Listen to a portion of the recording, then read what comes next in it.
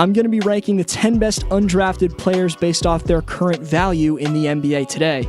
You'll see the creative, inspirational journey that led them into becoming the polished pro talents they've developed into, and in some cases, the ridiculous selections teams made instead of them. And then I'll reveal who's the very best among an impressive list of massive snubs. Number 10, Aaron Baines. Before becoming a fan favorite in Boston and the productive limited minute center he is to this day in Phoenix, it took incredible dedication for Baines to make the NBA. He moved from Australia in 2005 to play for Washington State, playing all 4 seasons for the Cougars, but even after an impressive senior season, he got zero attention from GMs at the 2009 NBA draft. He played for the Lakers' Summer League team, but then spent the rest of 2009 all the way through January of 2013 playing in 4 different leagues overseas before finally being signed in San Antonio on January 23rd of 2013. A year and a half later, in 2014, the 7-foot Aussie became an NBA champion with the Spurs scoring in 3 finals games and playing 14 playoff games in total. Now in his 8th season, he does get posted a lot, but the 3 centers picked in the draft he entered are all long gone from the NBA, while 33-year-old Baines was averaging career highs by far this season before he got hurt. Number 9, Chris Boucher. At ages 16 to 18, having to choose between living with a mother in a new relationship with a man he didn't get along with, or a very strict father, Boucher chose neither, dropped out of high school, and went homeless. He needed dedication, and basketball was about to give him just that. He was mentored by Coach Ibrahim Apaya at Alma Academy, a school designed to help inner-city teens with struggling future prospects. From there, Boucher would play at small junior colleges in New Mexico and Wyoming, where he'd impress recruiters from numerous Division I basketball schools. He chose Oregon. He and his teammates would go deep into the NCAA tournament, which gave him a solo cover on Sports Illustrated asking where he'd come from and speculating where he might go. But Boucher tore his ACL, and every team passed on him twice in 2017's draft. He got healthy, signed a 2-way contract with the Warriors, got traded to Toronto where, in the minors, he became the first player to win G League's MVP and Defensive Player of the Year awards in the same season, before being recalled back up to the Raptors. Boucher became a 2019 NBA champ, and if you saw his segment in my Raptor breakdown, you're aware of his potential on both ends, but a damn inspirational, against all odds story for the man. Number 8, Derrick Jones Jr., controversial dunk contest winner, but nonetheless showing up big time with mesmerizing jams under the bright lights. The Heat's backup forwards come a long way. In 2015's ESPN High School Basketball ranking, Jones was 2 spots behind Brandon Ingram and Jaylen Brown for the 4th best small forward in the country. So why did GMs forget about him a year later at the draft?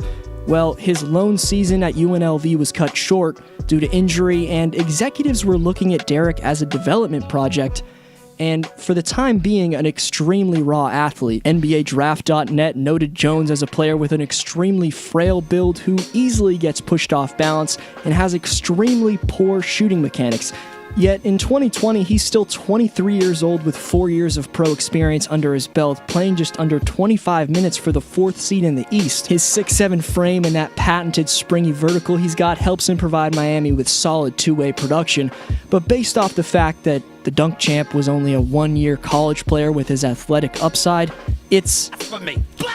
He was passed on in all 60 draft slots. Number 7, Wesley Matthews. Still sniping in his 11th season, just over a decade ago after 4 years at Marquette, Matthews saw shooting guards Jack McClinton, Robert Vader, those 2 never played in the NBA, plus Jody Meeks and Nick Kalathis, who are no longer in the league, get selected ahead of him in the late 2nd round.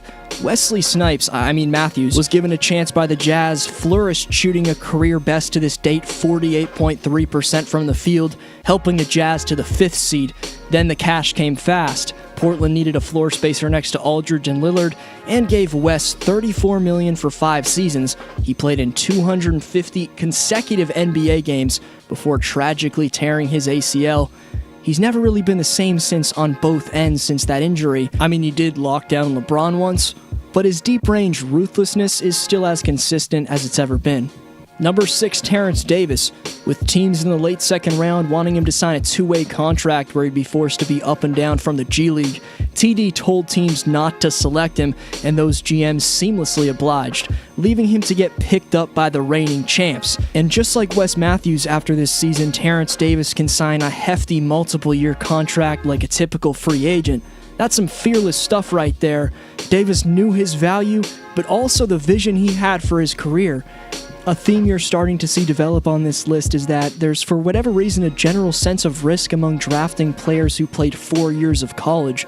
But anyway, when Davis oddly told teams not to draft him, there was no way he was getting picked. Now he's proving to be an up-and-coming star. I fully broke it down last video, but I think Terrence has Jimmy Butler-type potential. Before the top 5, I asked, are the Raptors real contenders last video? Kartik Sath says easily they have 6 to 7 guys who they can rely on to give you a 20-point night, and they're built around their top 3 in the league defense. Questions coming up for next vid shoutout. Stay tuned for that. Number 5, Duncan Robinson.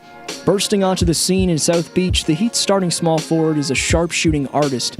Robinson also trails the number 1 most efficient shooter from deep, JJ Redick, by 2 percentage points. His journey to the NBA wasn't as surefire as his jumper looks nowadays, though. After his high school career, Duncan accepted a non-scholarship offer to play at Williams College, a tiny Division III school in western Massachusetts with exactly 0 NBA alumni. Williams head coach Mike Maker left after Robinson's freshman year, and as a favor put him in touch with then Michigan head coach John Beilein, who employed Maker as an assistant at West Virginia. Beilein was impressed with Robinson's silky shooting stroke, and by 2015, the New Englander was playing at a Big Ten powerhouse. Unfortunately, 3 efficient seasons in the most competitive college division didn't get him any respect from GMs at the draft. Then he beasted at the 2018 Summer League, as Duncan locked in to make 22 of his 38 attempts overall from the field, while hitting an impressively staggering 17 of 27 from 3 in 5 games. The Heat then signed him, but only to a 2-way deal. Last year he played 33 games and was All-NBA G League 3rd team, averaging over 21 points per game in 33 outings. There's been a pattern of being completely overlooked throughout his career, but now Robinson's one of the most valuable marksmen in the NBA. Number 4, Robert Covington. 4 years at Tennessee State led Cov to get snubbed in the 2013 NBA draft. The Rockets signed him to a multi-year deal, but only played him 7 games, and Robert won the then known as D-League Rookie of the Year. Still, Houston didn't buy him as a legit talent and waived him in late October of 2014, but Philly took a chance on him, signing him 4 years, expecting him to contribute to a tanking process while maybe developing into a tradable asset. It was rough for the first few years, but eventually Covington became one of the most valuable options on a Sixer team that got 3 wins from the conference finals. That year, he made all-defensive first team, but after getting traded for Jimmy Butler, he spent a few years losing in Minnesota. Luckily, he's back on a contender, coming around full circle, getting traded to the Houston Rockets, the first team he played with, where he, PJ Tucker, Jeff Green, among others, are expected to play the small ball center position, which is going to be damn interesting to watch play out. Number 3, Joe Ingles. Winning the 2007 Rookie of the Year in Australia's National Basketball League, Ingles spent the first 3 years of his pro career in his home country. Then he spent nearly 4 years in Spain, thriving with FC Barcelona before moving southeast to Israel to play for Maccabi Tel Aviv, where he and soon-to-be Cavs head coach David Blatt would win the EuroLeague championship. That finally got Joe some attention, and the Clippers gave him a chance in the preseason, but waived him before the actual season started, which Joe said he's thankful for. Situation that kind of happened with the Clippers and getting cut and knowing at 27 this might be my last chance. Just looking back now, it's a blessing in disguise that it's happened the way it's happened, and I'm thankful that they did cut me because it's worked out great. Couldn't be with a better organisation and a better fit for the way I play. Now known in Utah as Jinglin' Joe, after signing 4 extensions with the Jazz since October 27th of 2014, he's still a great leader, defender, and passer for his young teammates and is one of the better 3-and-D players in the NBA. Number 2, Kendrick Nunn. We just saw our second Aussie featured in this video, but now you're looking at the 6th player on this list who played 4 years in college. And maybe GM should start taking players who get 4 years of college basketball experience seriously. Kendrick Nunn averaged 26 points and led all of Division I college basketball in three-point shooting in his senior season. But GM said, nope, too much of a risk. He should have entered the NBA draft when he was younger.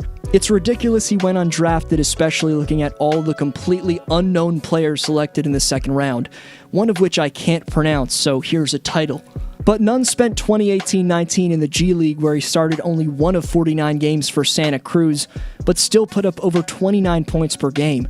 The rising star K Nuns now ran with the opportunity as being a top option for a top seed in the East. He's a slicing and dicing pick and roll artist, if that makes sense. He uses screens to perfection and either craftily pulls up, sets up teammates, or uses his quick first step to explode to the hoop. Honorable mentions to the highly considered Golden State's Quinn Cook, Houston's Chris Clemens, Toronto's Matt Thomas, and San Antonio's Bryn Forbes, along with other current undrafted NBAers JaMychal Green of the Clippers, JJ Barea of the Mavs, and Kent Bazemore still hanging around in Sacramento. Number 1, Fred VanVleet. The big-time shot-making champion Steady Freddy is an easy choice for this number 1 spot. His current value's off the charts. Even defensively with his scrappiness, he's tops in league-wide steals per game, but reminiscing to 2016, expecting GMs to put their full belief in him, a draft party was thrown for VanVleet's family and friends to celebrate his looming selection into the best pro basketball league in the world, when executives would only draft him if he'd sign a two-way contract where he'd be forced to be up and down from the G League.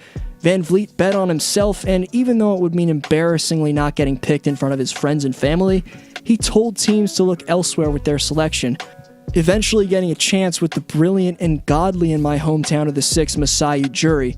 But Freddie's number 1 because he's a straight killer on the court, not because I'm a Raptor fan. Subscribe so you don't miss all the dope lists, predictions, and stories I have on the way.